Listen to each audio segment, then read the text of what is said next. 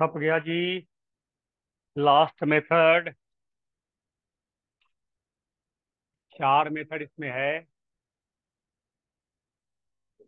ये तो तीसरा मेथड हो गया, कौन सा? Differential method.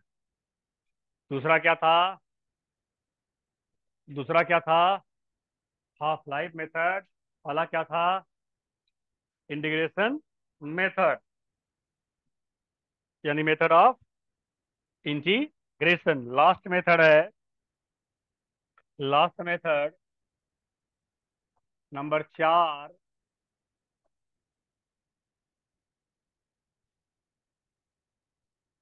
Isolation method. Isolation method, ध्यान देना। यह मेथड हम तब यूज करते हैं जब एक से अधिक रिएक्टेंट इन्वॉल्व हो। एक से अधिक टाइप का रिएक्टेंट अगर इन्वॉल्व होता है तो इस मेथड का यूज करते हैं। तो सीधा सीधा पहले आपके पास रेस्ट्रिक्शन आ गया। This method can be used only when more than one reactant are present. ठीक। अब इस मेथड में करेंगे क्या, आप पहले मेरे साथ लिखें। बहुत आसान और सिस्टमैटिक है वो। कोरिलेट केवल करना हम लोगों को। तो this method, this method is used only when more than one reactions are present. More than one reactants are present.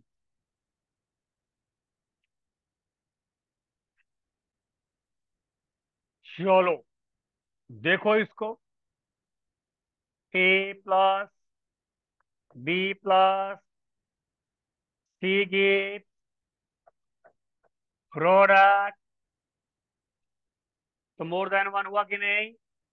More than one हो गया। मोर देन वन रिएक्टेंट यहाँ पर प्रेजेंट हैं।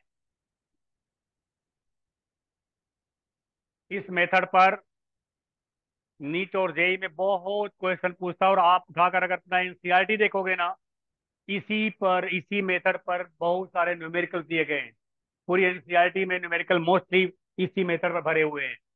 Half life method, integration method, इन सब पर आपका numerical वहाँ कम है। लेकिन आप अगर देखोगे, टेबल वाइज क्वेश्चन दिया हुआ है, कंसंट्रेशन दिया रहेगा, उसमें रेट दिया रहेगा। आपको कांस्टेंट की वैल्यू को निकाल करके, कांस्टेंट की वैल्यू को निकाल करके ऑर्डर ऑफ को फाइंड करना होगा, ऐसा आपके पास मेथड मिलेगा। अब देखिए इस मेथड में करते क्या है। इस मेथड में एक बार रिएक्शन, ध्यान देना अब यहाँ पर, एक बार ए प्लस बी प्लस सी इनके बीच रिएक्शन करा देते हैं। और वहां पर हम सभी लोग रेट को मेजर नहीं करते, ऑर्डर को मेजर नहीं करते, पहले एक्सपेरिमेंट में। दूसरे एक्सपेरिमेंट में क्या करते हैं, एक का फ्री हो, मैं जो बोल रहा हूँ ऐसा ही वही फॉलो करो, वही लिखो। आप अपने हिसाब से अगर बातें समझ जाएंगे तो अपने हिसाब से तोड़ कर लिख सकते हो। हमने क्या कहा, एक के कंसंट्रेशन को चेंज करना है। एक एक कंसंट्रेशन को चेंज करना है। बी और सी दोनों के कंसंट्रेशन को कांस्टेंट रखना है। तो हम सभी लोग जब से ये चैप्टर स्टार्ट हुआ तब से एक बात पढ़ते आ रहे हैं कि रिएक्शन का रेट जो है वो मोलर कंसंट्रेशन के डायरेक्टली प्रोपोर्शनल होता है। ये पढ़ते आ रहे हैं। अगर मैं बी और सी के कंसंट्रेशन को कांस्टेंट कर दूंगा तो इसका मतलब इनके करिस्पॉन्डिंग जो रेट होगा वो भी क्या रहेगा, वो कांस्टेंट रहेगा। लेकिन अगर ए को मैं चेंज करूंगा तो इसके करिस्पॉन्डिंग रेट भी क्या होगा, वो चेंज हो सकता है। तो इसमें अब देखिए हम क्या किए, कितने रिएक्टेंट हमारे पास दिखाई दे रहे हैं? तीन है। तीन में से हमने क्या किया, एक को अलग किया। एक को अलग करने का मतलब, एक को अलग करने का मतलब एक को चेंज किया और सबको क्या किया, और सबको कांस्टेंट किया। तो किसी को कहीं से अलग करना, किसी के प्रकृति को चेंज करना, किसी के नेचर को चेंज करना, दैट इज कॉल्ड आइसोलेशन। इसको बोलते हैं आइसोलेशन। अलग करना मतलब आइसोलेशन हो गया। तो हमने क्या किया, ए को आइसोलेट किया। यानी ए को आइसोलेट करने का मतलब ए के कंसेंट्रेशन को हमने चेंज किया, बी और सी को क्या करके, कांस्टेंट। ठीक, और वहां पर रेट को मेजर कर लिया।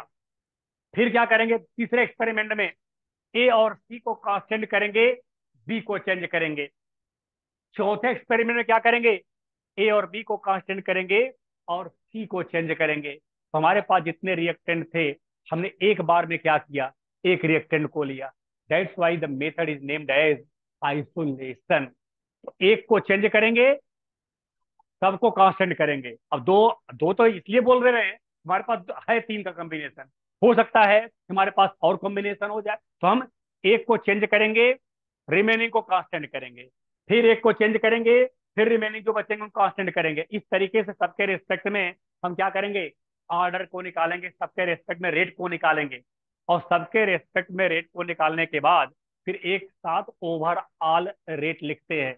ओवरऑल रेट लिखने के बाद जो मोलर कंसंट्रेशन का पावर मिलेगा, उन्हीं को हम ऐड कर लेंगे।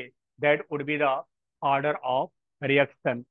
ये बताओ आइसोलेशन का मीनिंग समझा कि नहीं? यानी one reactant is taken, remaining if constant. Now again one taken, all other constant. इस तरीके से जितने भी रिएक्टेंट प्रेजेंट होंगे, सबके रेस्पेक्ट में हम क्या निकालेंगे, रेट को फाइंड करेंगे। सबके रेस्पेक्ट में रेट को फाइंड करने के बाद हम ओवरऑल रेट लिखेंगे, और उसके बाद मोलर कंसंट्रेशन का जो भी पावर होगा उसे हम ऐड कर लेंगे। और आपको बताया जा चुका है कि पावर का सम ही क्या होता है, ऑर्डर ऑफ रिएक्शन होता है। तो इस तरीके से हम लोग इस मेथड को अप्लाई करते हैं। कंसीडर, यहां तक लिख लियो ना, ये लिखे हो ना। Consider A is going to change by keeping. By keeping बोलो, आगे क्या लिखूं, by keeping B and C constant. By keeping B and C constant, तो लिखेंगे D of D T active mass of A के पावर एन वन लिखा मैंने। Active mass of A के पावर एन वन। अब ये एन वन जीरो भी हो सकता है, एन वन वन भी हो सकता है, एन वन टू भी हो सकता है, एन वन एन भी हो सकता है। अब उसके बाद B is going to change by, अब तो संडे में बताओगे ना, संडे में बन जाएगा जी।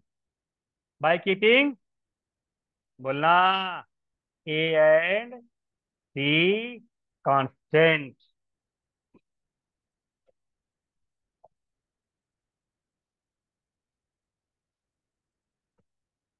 इसके बाद रेट लिखेंगे D X upon D T proportional B के पावर एन टू। अपनी स्वेच्छा, ए बी सी कुछ भी आप यहाँ यूज कर सकते हो, मैंने यहाँ यूज किया हुआ है, आपकी अपनी इच्छा है। उसके बाद सी, सेंटेंस कॉमन है, going to change by keeping A and B constant. A and B constant, तो अब क्या हो जाएगा, D X D T proportional C के पावर एन थ्री। सब में D X upon D T proportional है ना, D X upon D T, तो सबको एक साथ प्रोपोर्शनल में लिखो।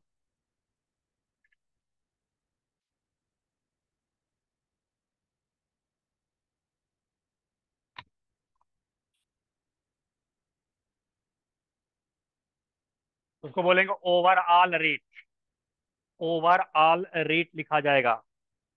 आगे यहाँ तक कब, ओके। तो अब लिखेंगे नीचे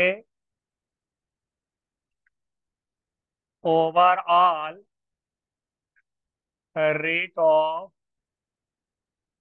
रिएक्शन, लिखा जाएगा D X upon D T proportional A के पावर एन वन बी के पावर एन टू सी के पावर एन थ्री, या D X upon D T बरोबर की एक्टिव मास ऑफ ए के power N one, active mass of B के power N two, active mass C के power N three.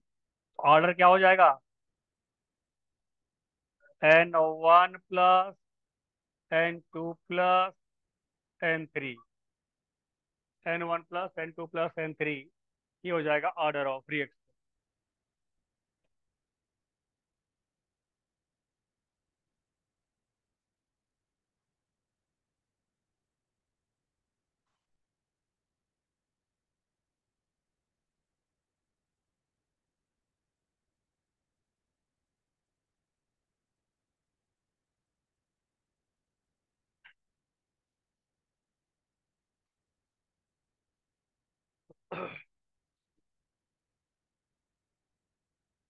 ये रहा different methods for the determination of order of reaction. चलिए, एक important topic आपका यह समाप्त हुआ। उसके बाद नेक्स्ट टॉपिक, ये टर्मिनोलॉजी है, कंपलसरी में पूछ सकता है।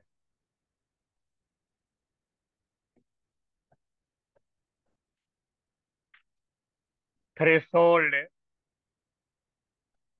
Energy, threshold energy.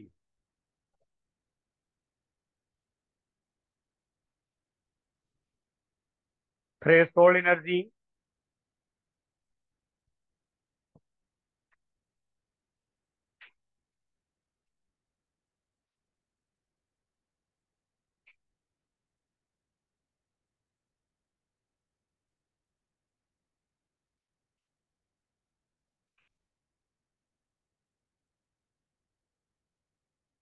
हेडिंग हो गया।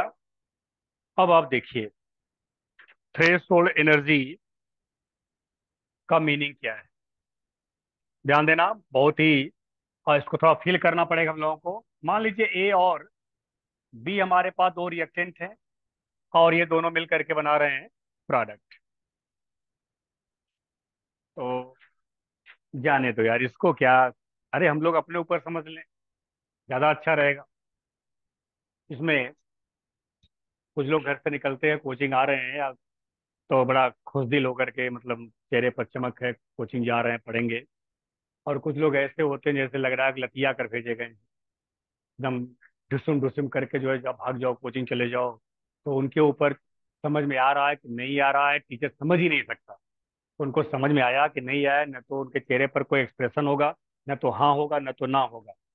तो अब यहाँ पर दो बातें हो सकती है। पहली बात ये कि उसके पास सफिशिएंट एनर्जी नहीं है, जिससे वो अपने अंदर की भावना को चेहरे पर ला सके। क्योंकि मिनिमम एनर्जी, वो बात, वो तो अलग बात पर आ जाएगा फिर वो। मैं बात यहाँ पर जो कर रहा हूँ, मैं उसी को कोरिलेट करने की बात कर रहा हूँ कि अब अंदर की भावना को चेहरे पर लाना बहुत टेढ़ी चीज है, बहुत ही कठिन काम है ये। कि आप कुछ कहिए भी मत, और वो चेहरा आपका कह दे कि आप कुछ कहना चाहते हो। यह एक कॉन्फिडेंस और एक इंटरनल एनर्जी की रिक्वायरमेंट होती है। दूसरी बात, यदि हम कोई वर्क करते हैं, तो वर्क को परफॉर्म करने के लिए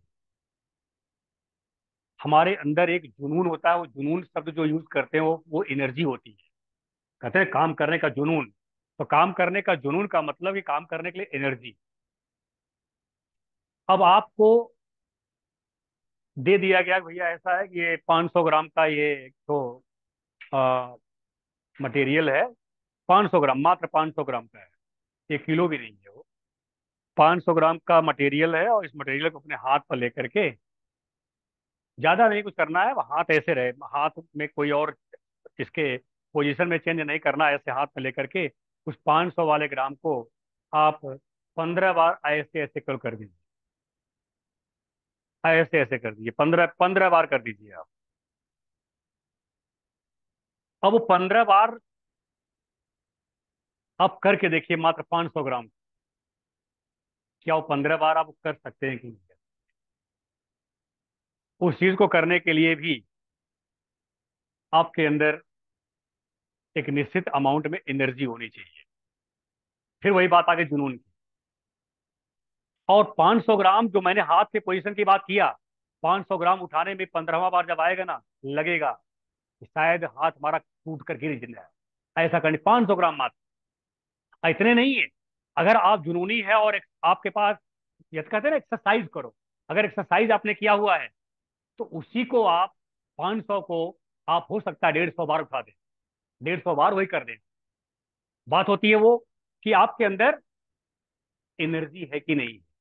तो हम सभी लोग जब से चैप्टर स्टार्ट किए तो एक बात कर रहे हैं, रिएक्शन रिएक्शन रिएक्शन रिएक्शन। तो रिएक्शन में क्या हो रहा है, रिएक्टेंट प्रोडक्ट में कन्वर्ट हो रहा है। तो रिएक्टेंट जब प्रोडक्ट में कन्वर्ट हो रहा है तो रिएक्टेंट आपस में क्या करते होंगे, रिएक्शन करते होंगे। तो रिएक्शन करने के लिए उनके पास क्या होनी चाहिए, एनर्जी चाहिए। तो रिएक्टेंट मॉलिक्यूल के अंदर जो भी उनकी खुद की एनर्जी होती है, जिसके कारण वो रिएक्शन में इन्वॉल्व होते हैं, जिसके कारण वो रिएक्शन करके प्रोडक्ट में कन्वर्ट होते हैं, that energy is called threshold energy.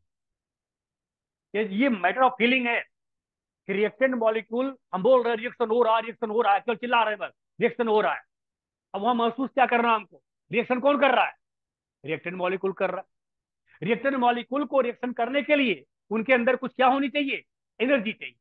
जो उनके अंदर एनर्जी हो जिसके कारण वो रिएक्शन कर सके, वही एनर्जी कहलाएगी थ्रेशोल्ड एनर्जी। इसलिए हम लोग कहते हैं the amount of energy associated with the reactant molecule for a chemical reaction, to take part in a chemical reaction, is called threshold energy। लेकिन अब सब अगर अपने ऊपर लगा दोगे ना, ये जो टॉपिक है ना, ये टॉपिक, ये आने वाला टॉपिक सब एकदम 100% एक ही बार में क्लियर हो जाएगा। अब दूसरी बात ये, आप सभी लोग, मैं अभी मेल की बात करता हूँ। आपको दे दिया गया है, भैया देखो ये 6 फीट की दीवार है, और 6 फीट की दीवार को आपको क्रॉस करना है विदाउट यूजिंग एनी सपोर्ट। यानी आपको कोई सपोर्ट करने वाला नहीं है, सीढ़ी का यूज नहीं करना है, आपको सेल्फ क्रॉस करना है। तो क्या इन जनरल थिंकिंग की बात करो, इसमें बैठे हुए सभी लोग वो 6 फीट की दीवार को वन टाइम में क्रॉस कर पाओगे? एक जनरल बात होती है, नहीं हो पाएगा, वो पॉसिबल ही नहीं है। सभी लोग नहीं कर सकते, क्यों? क्योंकि कुछ लोगों का हाइट कम है, कुछ लोगों के पास ताकत कम होगी। तो जिसके पास हाइट कम होगी तो 6 फीट क्रॉस करना उनके लिए और डिफिकल्ट होगा। जिनके पास पावर कम होगा वो पकड़ तो लिए दीवार का ऊंचे हाइट वाली भाग, लेकिन उसके बाद जंप करना, उनके पास पावर की कमी है। तो अब यहाँ बात हो रही है कि उसी पावर की, यानी उतनी एनर्जी हो जिसके कारण आप, या जिस एनर्जी के कारण आप दीवार को क्या कर रहे हो, क्रॉस कर जा रहे हो, दैट इज थ्रेशोल्ड एनर्जी। लेकिन सबके पास वो चीज नहीं होगी। तो सबके पास जब वो चीज नहीं होगी और दीवार क्रॉस करना सबको है, तो अदर लोग क्या चाहिए, अदर लोग को मदद चाहिए, हेल्प चाहिए। तो अदर लोग हेल्प का मतलब हो गया कि सभी रिएक्टेंट मॉलिक्यूल के पास एनर्जी इसके बराबर नहीं होती। तो जिन रिएक्टेंट मॉलिक्यूल के पास एनर्जी इसके बराबर नहीं होती, ऐसे रिएक्टेंट मॉलिक्यूल को इसके बराबर आने के लिए बाहर से कुछ एनर्जी एब्जॉर्ब करनी पड़ती है। That energy is called activation energy. वो एनर्जी कहलाती है एक्टिवेशन एनर्जी। यानी कि इनएक्टिव मॉलिक्यूल है, मॉलिक्यूल ने मर रहा है, जैसे होता है ना कि पढ़ ले, पढ़ ले, ठीक है पढ़ ले, पढ़ ले, क्या पक पक पक कर रहे हैं, पढ़ ले पढ़ ले। ये इनएक्टिव मॉलिक्यूल है, वो इनएक्टिव है। उनको कुछ भी कर दो ना, वो कुछ भी नहीं करने वाले हैं, वो एकदम लेजी है। तो इसलिए अब उन लेजी वाले को क्या करना है, हे अरे आइसक्रीम खा ले, आइसक्रीम खा, हाँ आइसक्रीम खा लिया, थोड़ा सा जो है एक्टिवेट हो गया वो। In the same way reactant molecule inactive पड़ा हुआ है, वो रिएक्शन में इन्वॉल्व नहीं हो सकता। तो ऐसे रिएक्टेंट मॉलिक्यूल को क्या चाहिए, एनर्जी चाहिए।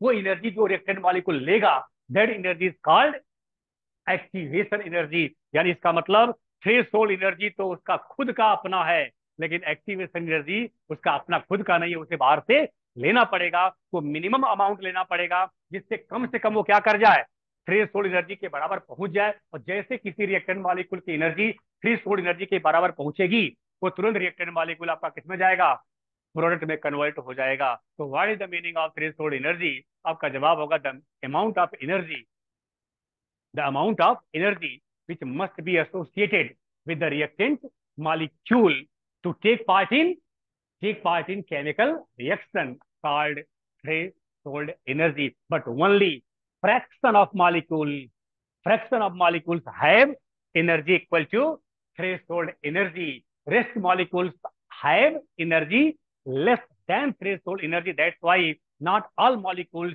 never take part in the chemical reaction. Only fraction of molecules can take part in the chemical reaction. Rest molecules need external energy. Rest molecules need external energy, or that external energy is called activation energy.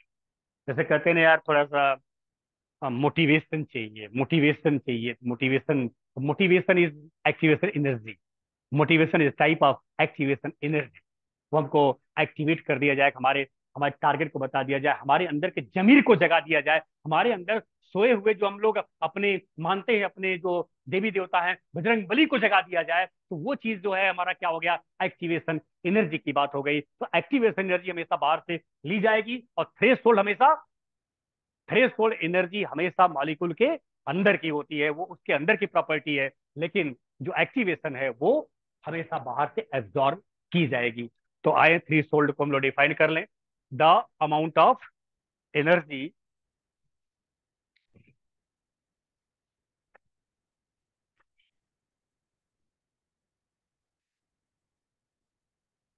The amount of energy which must be associated with reactant molecule to take part in chemical chemical reaction, to take part in chemical reaction called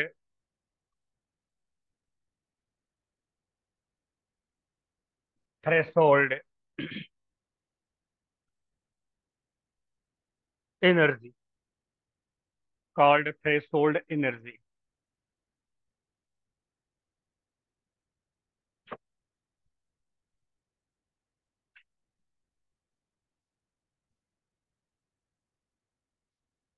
एक general जैसे और चीजों अपने society में जोड़ लो, ये बातें जब भी आपके पास आएगा तो चीजें याद आती जाएंगी।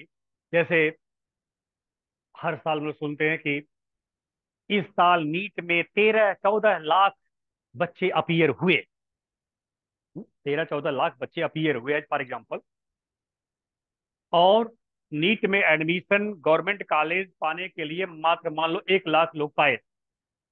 तो जरा बताओ, इस बिहाफ पर अगर आपसे बात करनी हो तो आप क्या समझाओगे किसी को?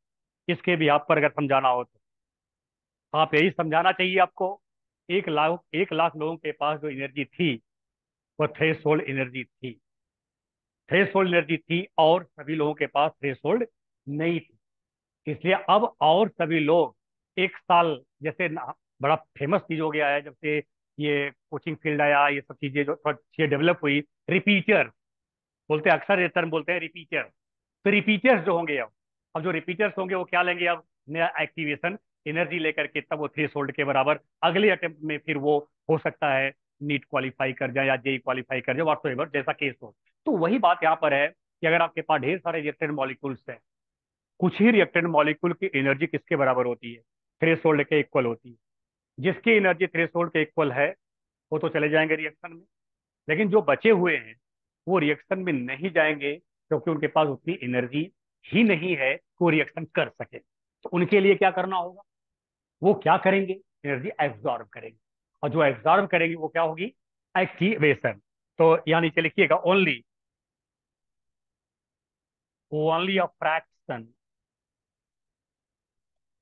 Only a fraction of reactant molecule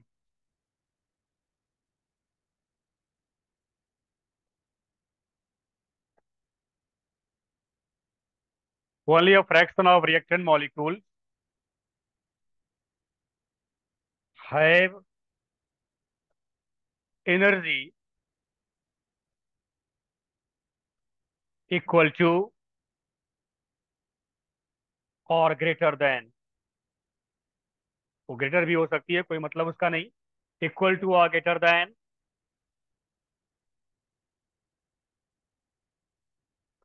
threshold energy, threshold energy.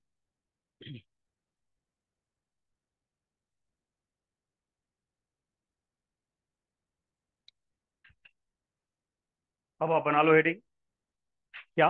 Activation energy.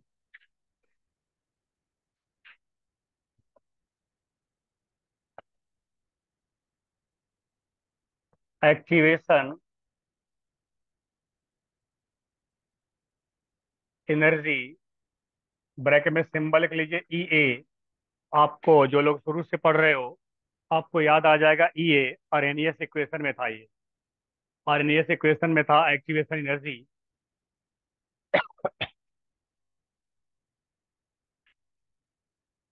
The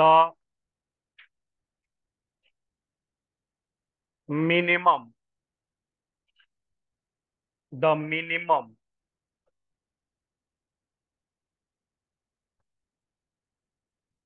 amount, the minimum amount of energy which must be absorbed by the reactant molecule, which must be absorbed by the reactant molecule to enter, to enter e n t e r, प्रवेश करने के लिए, to enter the chemical reaction, to enter the chemical reaction is called activation energy, activation energy or energy of activation, activation energy और energy of activation.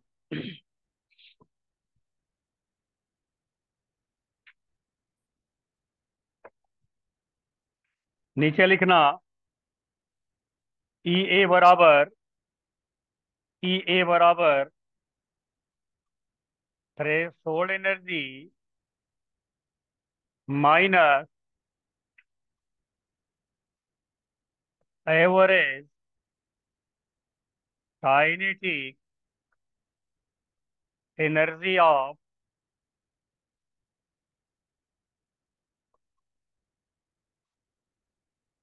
Reactant molecule. Threshold energy में से अगर reactant molecule की जो average kinetic energy है उसको घटा दिया जाए, हमें क्या मिल जाएगा? एक्टिवेशन एनर्जी की वैल्यू ये मिल जाएगी।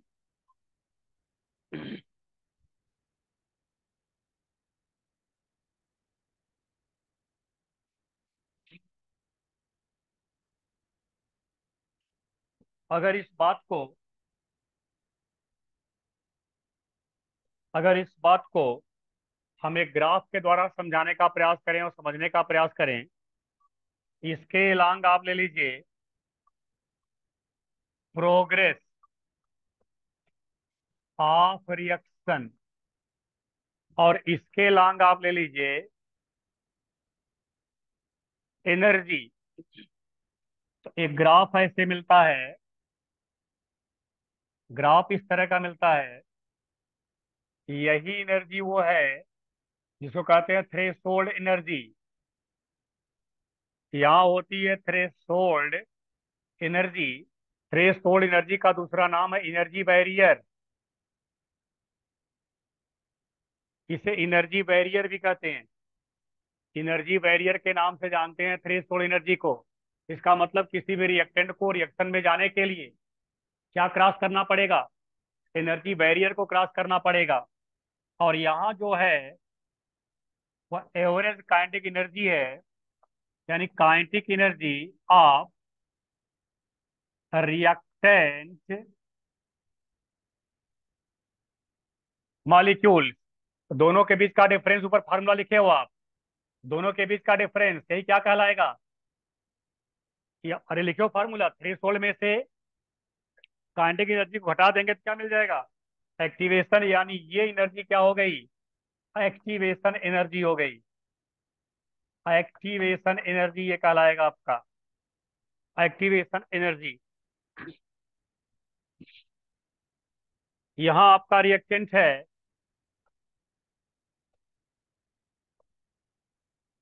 और यहाँ आपका प्रोडक्ट है। ये प्रोडक्ट।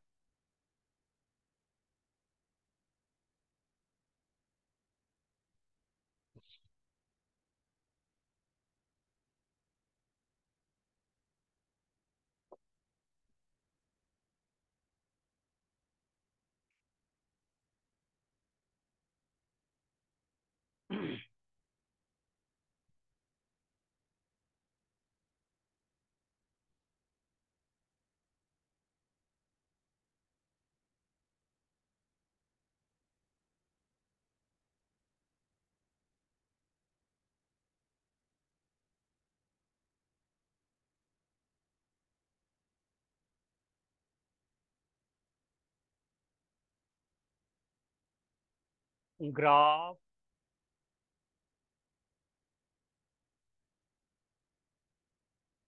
ग्राफ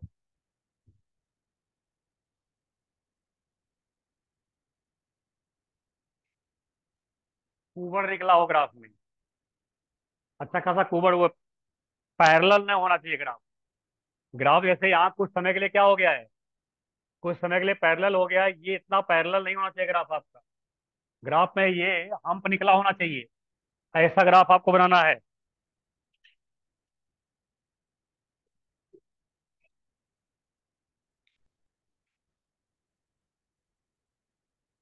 छप गया। अगले लेक्चर में यही से हम लोग फिर कहानी स्टार्ट करेंगे। एक्टिवेशन एनर्जी ही आगे चलेगी क्योंकि इसका शॉर्ट नोट मिलेगा आपको।